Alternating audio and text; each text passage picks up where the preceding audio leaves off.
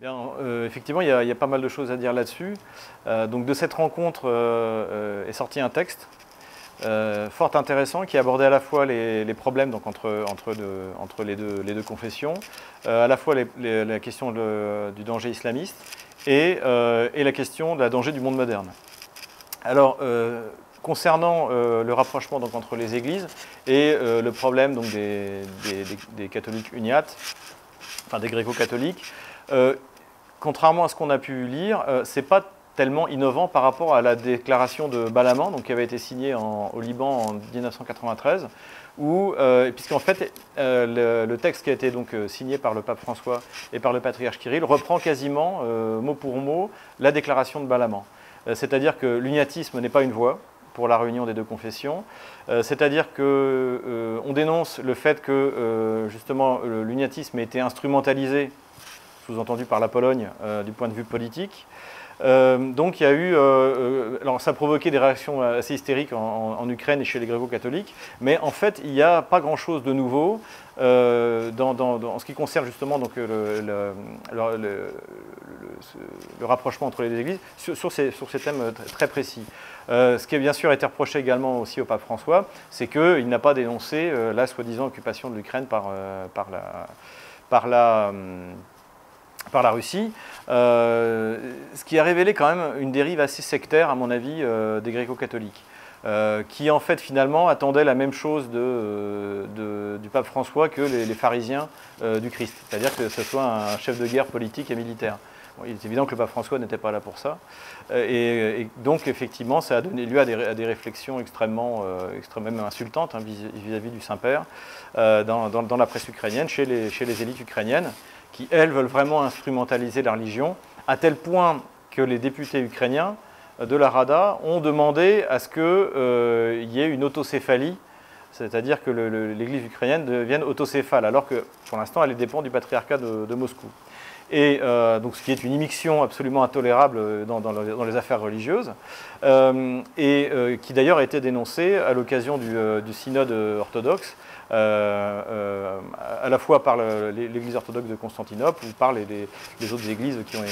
orthodoxes qui ont été consultées sur ce sujet, en disant que c'est une immixtion du pouvoir temporel dans le spirituel qui est absolument inacceptable. Donc ça, c'était pour la partie, donc pas grand-chose de nouveau, mais l'important, c'est que la déclaration de Balaman n'avait pas été signée ni par le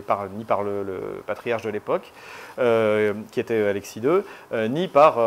bien sûr le pape. Donc ça, c'est un progrès énorme, et cette rencontre, c'est quand même un événement millénaire, on peut le dire.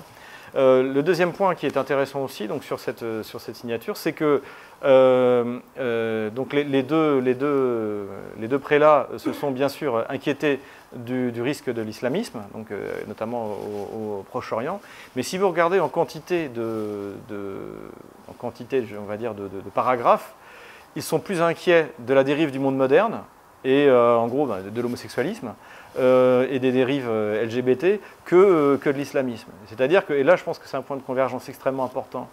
entre nos deux églises, c'est qu'ils se rendent bien compte que pour ce qui est notamment de la civilisation européenne, chrétienne en l'occurrence,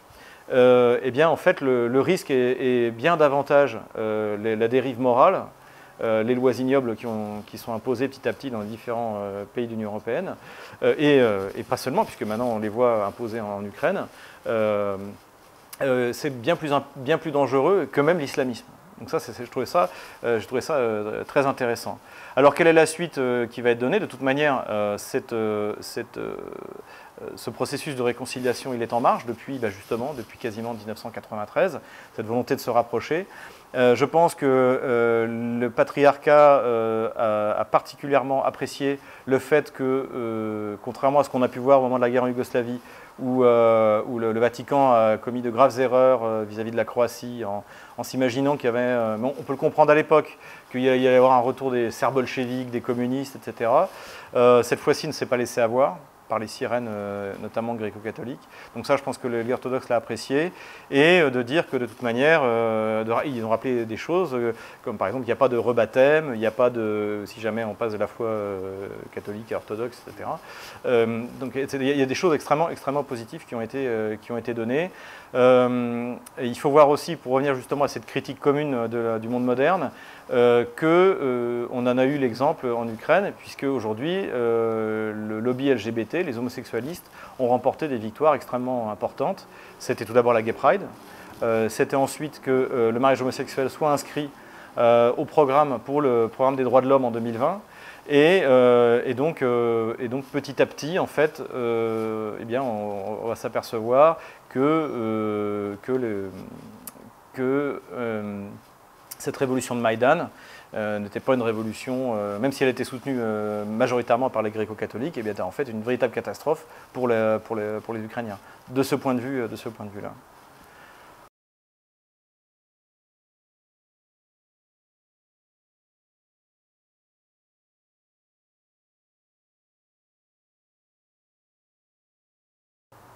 Disons que bon, on a le droit de critiquer le pape François, mais pour l'instant, du point de vue de l'enseignement, il n'y a rien de changé par rapport à la doctrine fondamentale de l'Église. C'est plutôt des maladresses que je critiquerais. Mais pour l'instant, en tout cas, et puis il faut voir qu'entre catholiques et orthodoxes, nous avons les mêmes sacrements, nous avons le même credo en dehors du filioque, et tout ça ne changera pas. Et ce n'est pas le pape François qui va changer cette foi que nous avons en commun. Je rappelle que la foi chrétienne a été le fruit de plusieurs conciles pendant les 1000 premières années du christianisme, et qui ont donc abouti notamment au credo que nous avons en commun. Donc, quelle que soit effectivement je dirais la modernité du pape François, je ne pense pas que ça remette en cause. On sait très bien que les portes de l'enfer ne prévaudront pas contre l'Église, donc je ne suis pas inquiet. Je pense qu'il faut plutôt s'interroger sur la question, c'est pourquoi est-ce qu'on a ce pape-là. Et bien la réponse est peut-être justement pour qu'on se réconcilie avec les orthodoxes. Et auquel cas, si c'est la seule chose qu'il fait de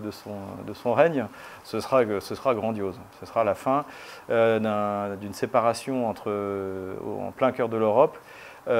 qui a été en plus instrumentalisé à plusieurs reprises et encore récemment, justement par des forces politiques qui ont justement ont manipulé cette tâche et ont aggravé cette tâche sur la robe du Christ, qui est la séparation de nos deux confessions. Donc même si le pape François a une vision plus moderne, je vais dire, de l'Église et de la foi, je pense que ça ne remet pas en cause le fondement même de l'Église, et en tout cas j'espère que cette mission qu'il s'est donnée de réconcilier catholiques et orthodoxes, j'espère que ce sera aboutira à un succès.